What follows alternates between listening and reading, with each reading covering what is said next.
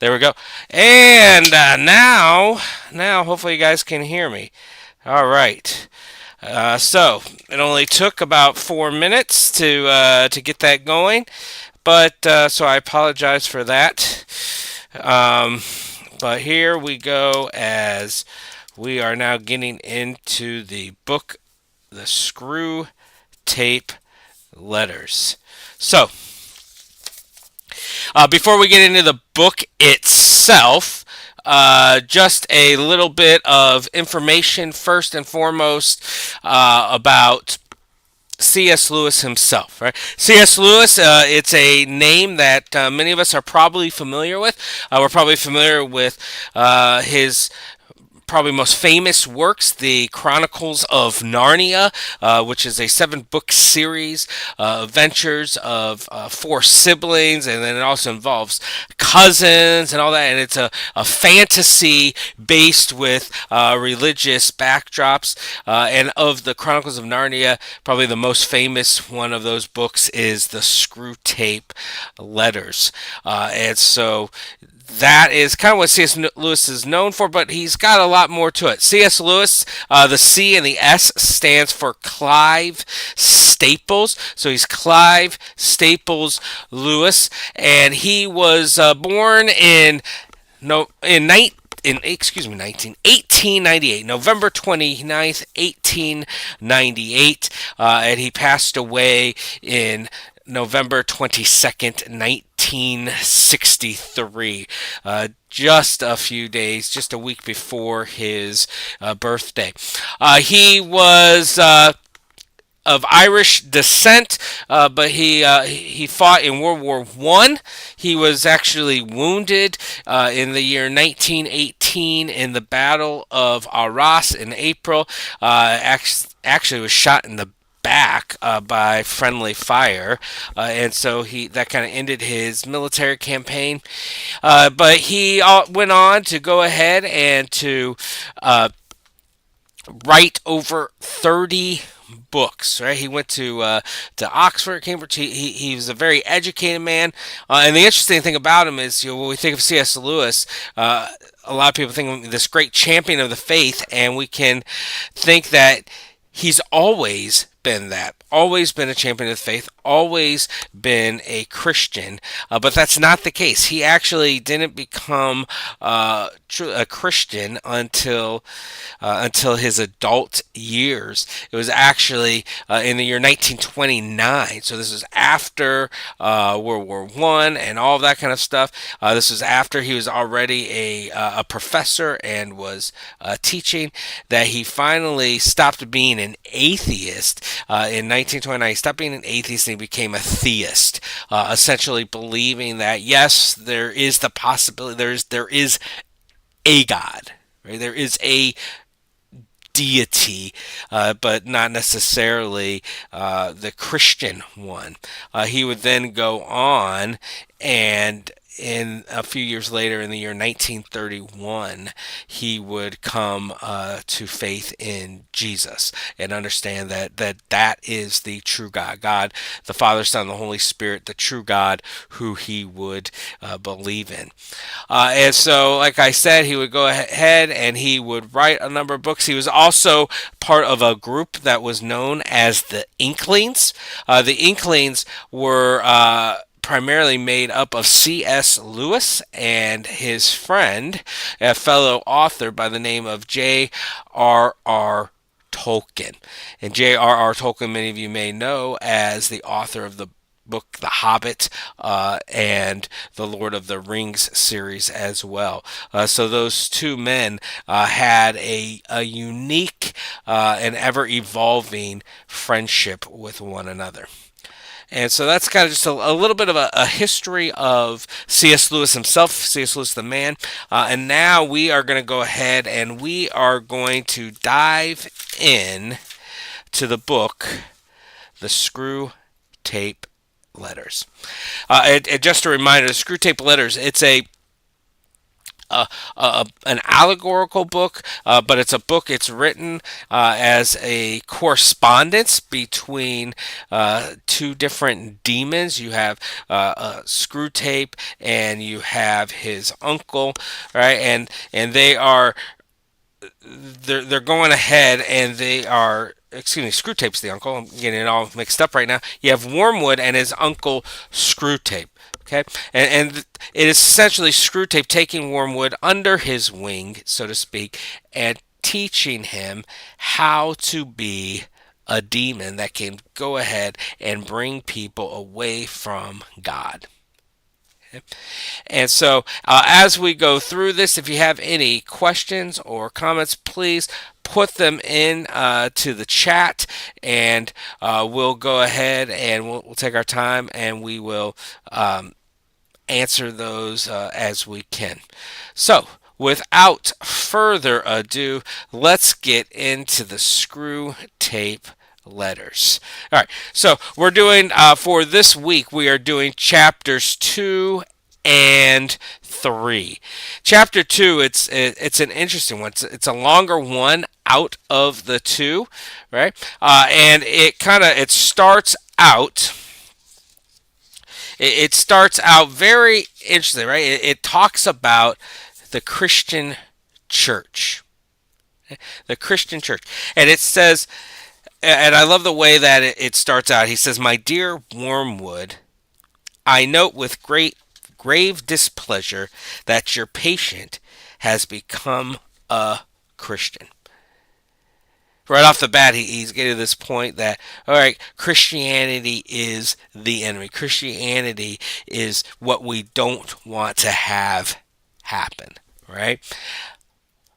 But then what really gets to be interesting is that there is this talk about how that's okay because we can still figure it out. We can still manage things even with him being a Christian.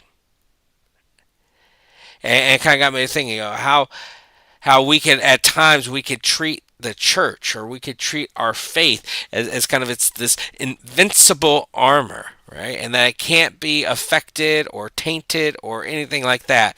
And yet, Screwtape says, might be a little more difficult, but we've still got an opportunity to be able to get this individual. Right? It's so as you dive in, he goes on and he says this is just a little bit further down that first paragraph. He said there's no need to despair. Hundreds of these adult converts have been reclaimed after a brief sojourn in the enemy's camp and are now with us. Two quick little things. First of all, the enemy that he is referring to here is God. Because remember, this is a demon's perspective, right? And so the demon's enemy is not the devil. When we would read the enemy is around, then we automatically start thinking the devil. But in the Screwtape Letters, the enemy is God because it's coming from the demon's perspective.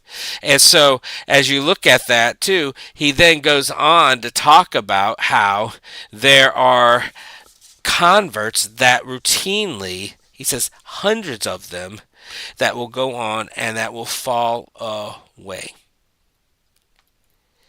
And how true that is, right? Unfortunately, how true that is as we see these people, whether it's people who have started coming to church later on in their life, whether it is somebody who was raised in the church, baptized, confirmed, and all of that kind of stuff, but then all of a sudden they drift away. They stop coming. They stop feeling the importance of church in their life, whatever it might be. And so he goes on to express that, right, and to say that just because somebody's come to faith doesn't mean that they are a lost cause for the demons. And then he kind of goes on and he talks a little bit more about how they can come to church and they can come in and find these people. And part of the struggle that they may have with church is that it's just ordinary people. Right? We go on, and it says, that sometimes they can lose sight of the fact that the church, and this is in that second paragraph, is spread out through all time and space and rooted in eternity. I mean, when's the last time that we stopped and we thought about that? Most of the time, I think that we only tend to think about that kind of mindset, or the fact that the church is throughout all of eternity. We really only kind of talk about that first weekend in November, right, when we celebrate All Saints Day and All Saints Sunday, whenever that might be. And we can maybe lose sight of the fact that the church, it's not just a single space, a single entity in time. Right? The church is not just Atonement Lutheran Church in school, but the church, it goes throughout eternity. It goes all the way to Adam, right? And it encompasses all of these great people. Hebrews, right? The great pillars of faith. It's a great chapter to read and to go through as we kind of think about this mindset of the church eternal, right? Or the church triumphant. And so part of what Screwtape is saying is that it gets difficult for us as people to think about that, and that works to the demon's advantage. Because we could get caught up, we can get stuck in looking at the here and the now. Have you ever maybe felt yourself that way, right? That you're looking in the here and the now, as opposed to the church as a whole. Right?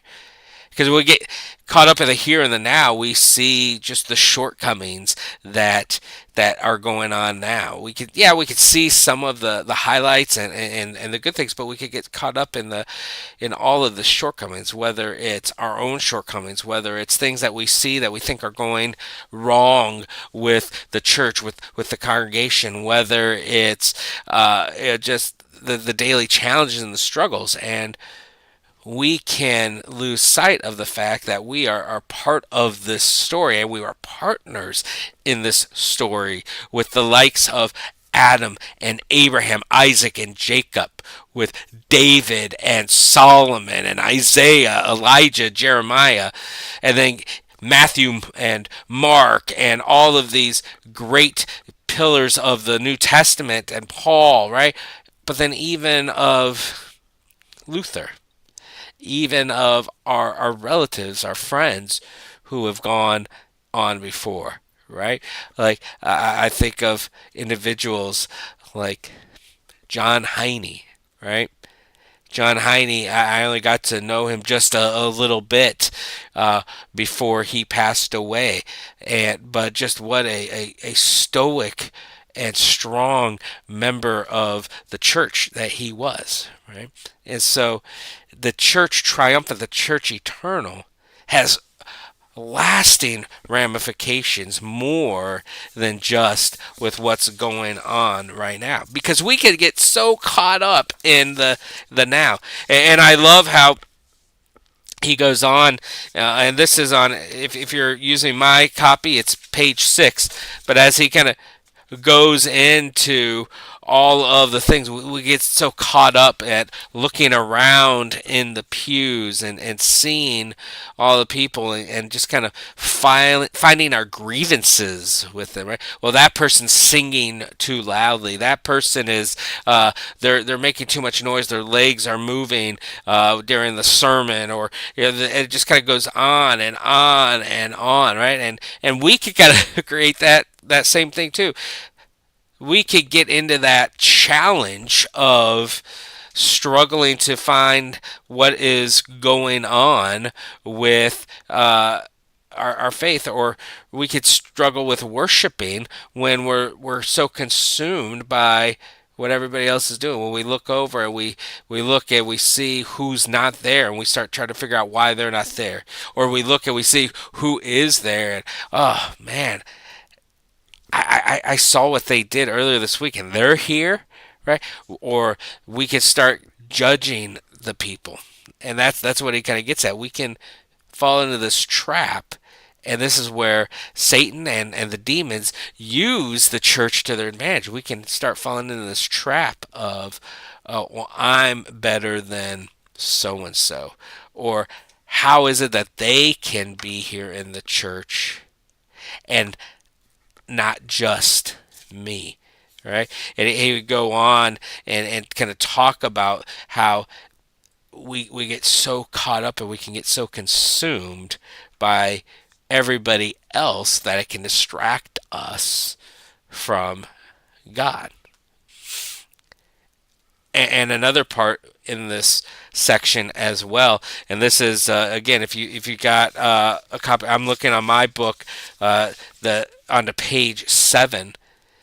We also we kind of can at times, right? At times, we can almost see church as being like anticlimactic. Right? I mean, don't get me wrong. There's some of those services where it's definitely, oh man, it's good. We like Easter, right? You have Easter, the everything just seems brighter because we've come out of this dark season of Lent. Everything seems brighter. There's the flowers, the lilies. We come in and Evan is just going to town on the organ, and it's all the great hymns, right? We the readings and everything is all surrounding that hope that we have that Jesus has risen from the dead, and because he has risen, we have the promise of eternal life, and it's great and it's wonderful. But not every service is like that, or it doesn't seem to be like that, right? Because some of our services, especially when in the middle of the summer, it's the umpteenth Sunday after Pentecost, and all of a sudden, it's just like, yeah, okay.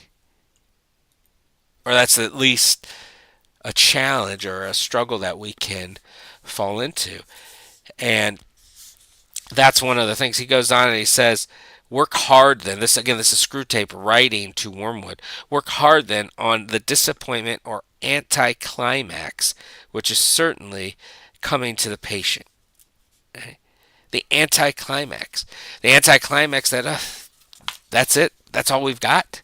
The anticlimax of, I want something more, right? And this is where we as Lutherans, we famously kind of get pegged into this in the sense that Lutherans, we have that strong Germanic background, which lots of people will joke around, very straightforward, very prim and proper, very emotionless, right? If you will. And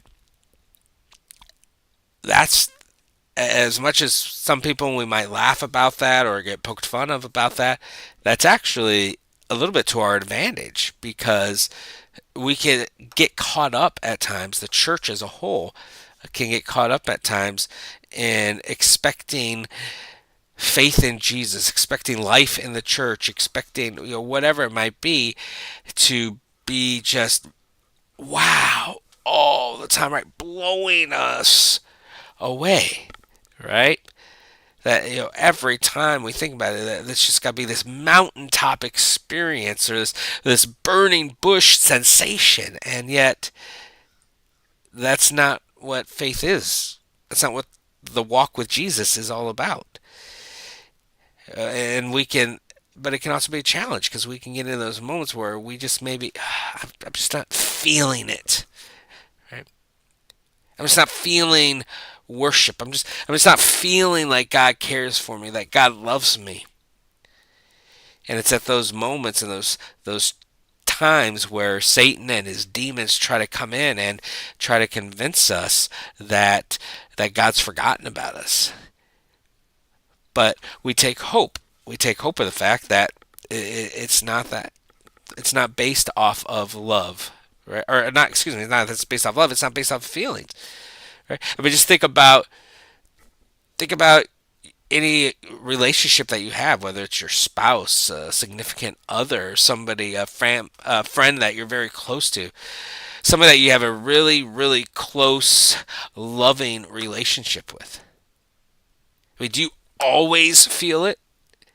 Do you always feel just the love, the mountaintop experiences, or are those moments in life where it's just like, really?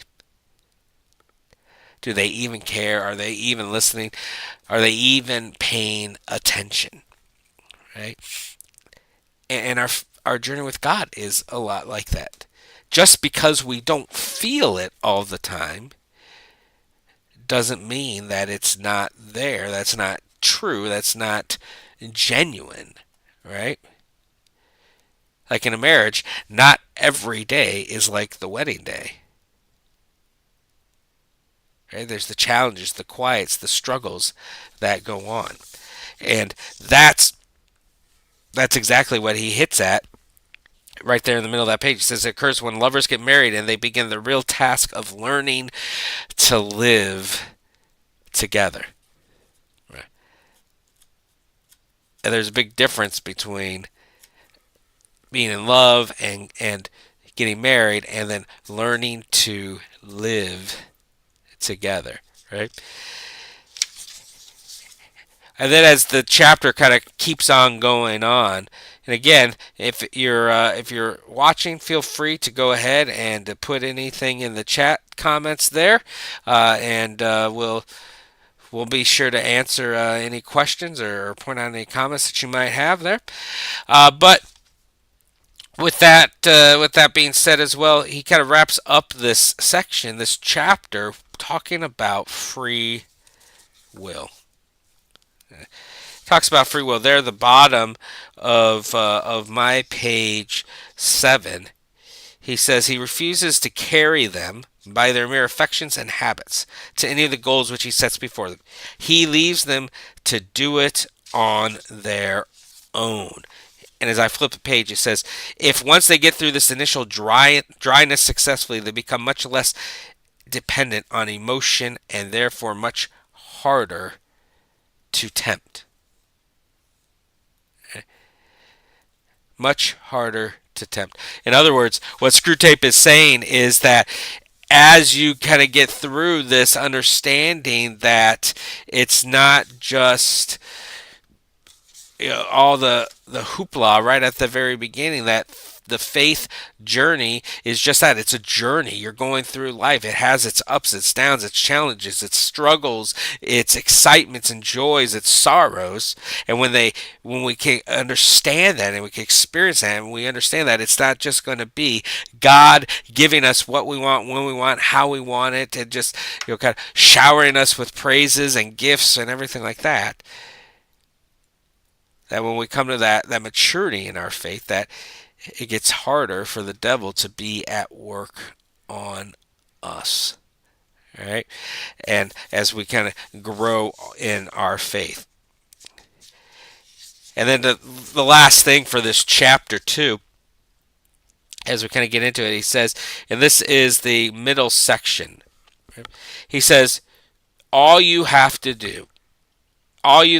do, and this is on page 8, all you then have to do is keep out of his mind the question, if I, being what I am, can consider that I am in some sense a Christian, why should the different vices of these people in the next pew prove their religion is more hypocrisy and convention? In other words, what he's saying is, throughout this chapter,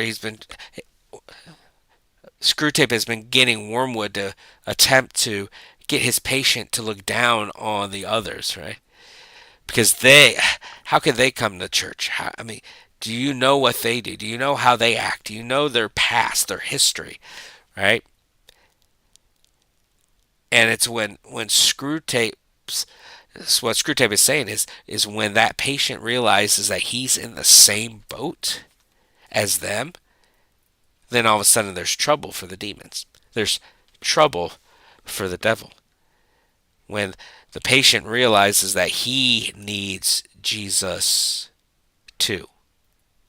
Right?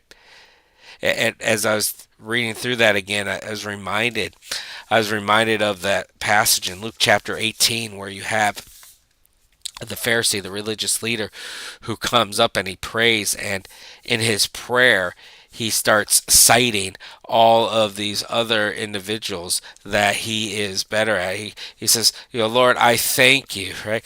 I thank you that I am not like so and so. Right? He goes, I thank you that I am not like other men, extortioners, unjust, adulterers, or even like this tax collector. This tax collector who's sitting next to him. This is in Luke chapter 18, verse 11.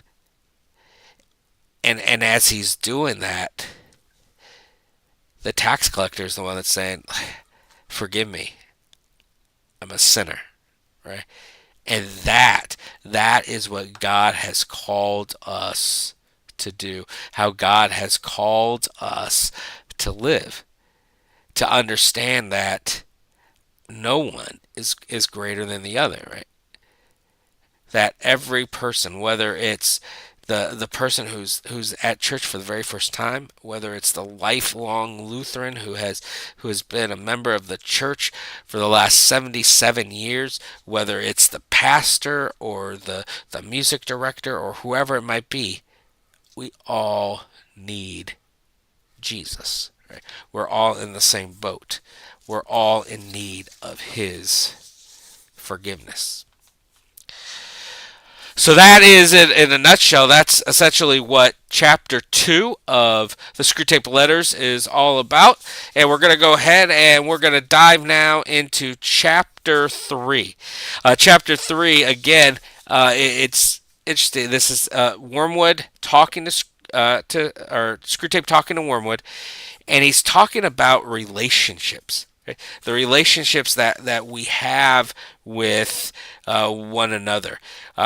And this desire, right? That also that that faith, it's more than just one thing in our lives. And part of what chapter 3 is getting at is so often we can kind of equate and try to put our faith and pigeonhole it into one little section. Or maybe you've been in a situation where you have your friends, right? You have your neighborhood friends, those who live on your block. You have your friends, your lifelong friends.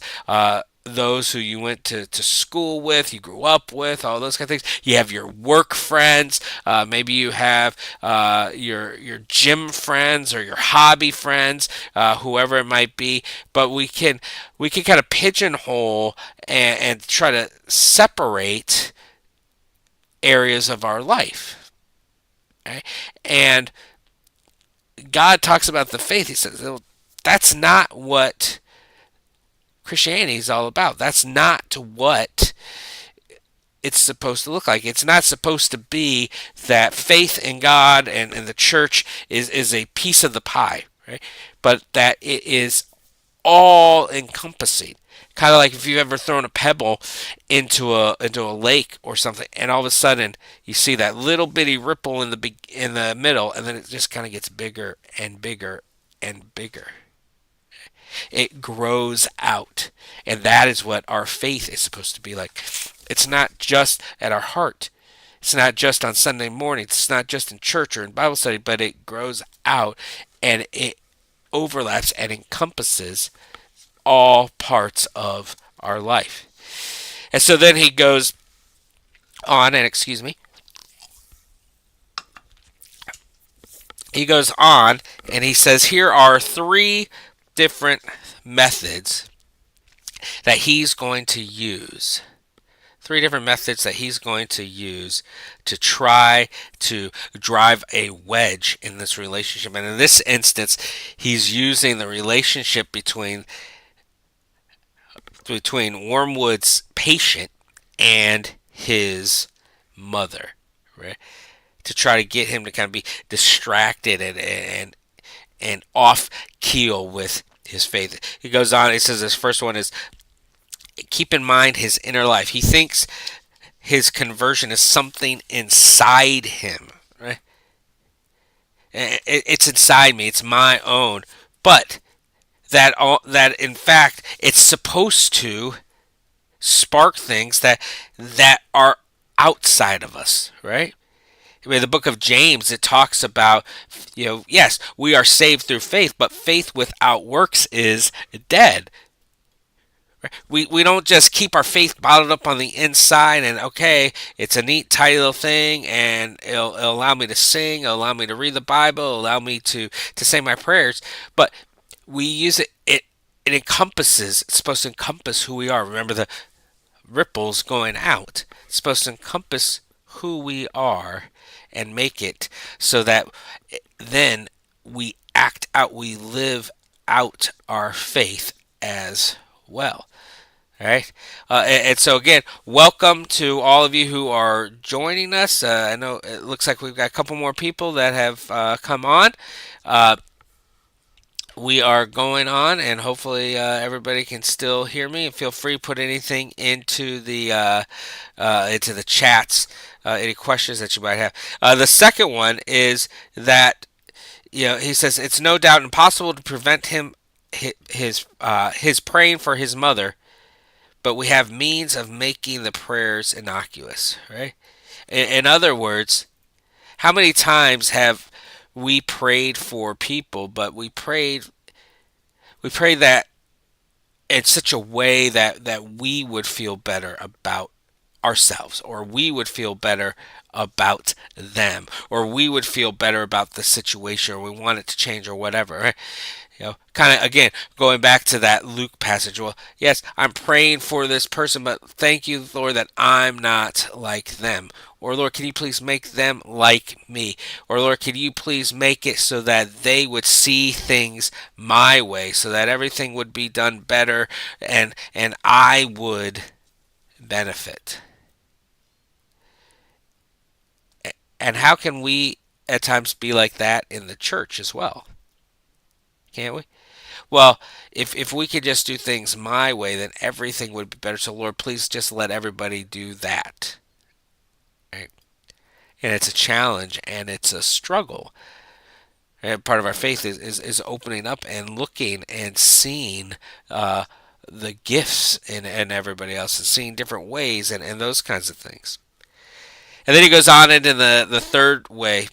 And this is on page 13. It says, when two humans have lived together for many years, it usually happens that each has tones of his voice and expressions of face which are almost unendurably irritating to others. Have you experienced that? Do you experience that? Right? Where you have, maybe it's something that you've said, or maybe it's something that you do, and it just drives somebody else crazy, right? Like, I know my wife can, at times, she can just, it drives her crazy with how loud I or other people might chew at times, right? Or you have people that they just can't stand, and I'm one of those kind of people that when you're by somebody and they got gum and they're just and you just hear that smacking, and that just like, ugh, right? And we can let those things get to us, and the problem isn't that they irritate us. The problem is that we let them irritate us to the point that then we can do the wrong thing, right? We can at times act out, whether it's just the kind of making a fuss and storming off, whether it's having bad thoughts, in our minds going, or whether it's just even going to the full extreme and just like, shut up, stop, right? Whatever it might be, we can go ahead and we can have those challenges and those struggles. And it's not just when people lived together, but it happens a lot, right? It happens with people who live together, with people who are in relationships with one another, not just a romantic relationship, but at work, in church, in friendships, whatever it might be, and it can just be a challenge, right? And so that is one of those places. Those are one of those things in which the devil and his demons they try to kind of tweak and poke and to burn us and to get in there and make our lives difficult. And finally, excuse me, finally it says the fourth thing, right? If in civilized life, domestic hatred usually expresses itself by saying things which would appear quite harmless on paper. The words are not offensive, but in such a voice or at such a moment that they are not far short of a blow in the face. In other words, it goes to the old saying that we've said probably to our children many times, right?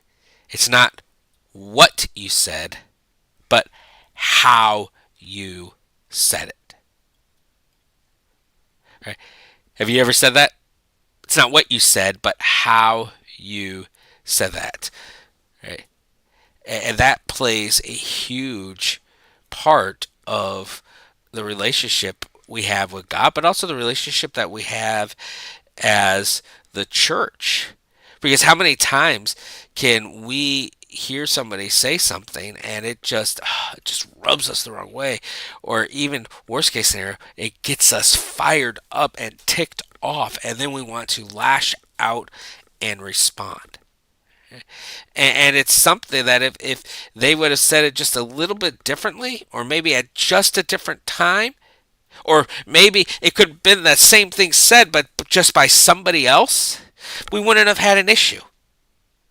But we could get so consumed by the relationships that we have, and the fact that our relationships can be tarnished, and our relationships, the devil's at work trying to pull strings and push pins and do all of these kinds of things. And in the midst of all of that, we say things that aren't necessarily wrong, aren't necessarily bad, but maybe just not timed right, worded right, or toned right. And all of a sudden we see yet another broken relationship, whether it's with spouses or friends or siblings, or whether it's with fellow church members. And so that is our challenge and our struggle as we walk in our faith together, is to not let those opportunities be given to the demons or to the devil, but to pray for strength, to pray for guidance from God, and to ask for Him to lead us and strengthen us. Right? Again, and there's a lot more that we could get into in this book, in these chapters. This is just kind of touching on some of it. So we didn't have any comments tonight, but we'll go ahead and I'm going to try to repost this video, trim it up a little bit so that we can take off those couple minutes without sound, where we had some challenges, some struggles, and that we can kind of go from there. Next week, invite you, we're going to be right back here. Next week, we're going to be looking at chapters 6 and 7. Hope all is going well with you guys. If there's any requests, any prayer requests, any concerns, whatever you have, feel free. Again, as always, reach out to me. You can send me an email at pastor@alcs.org. And I hope you have a continued blessed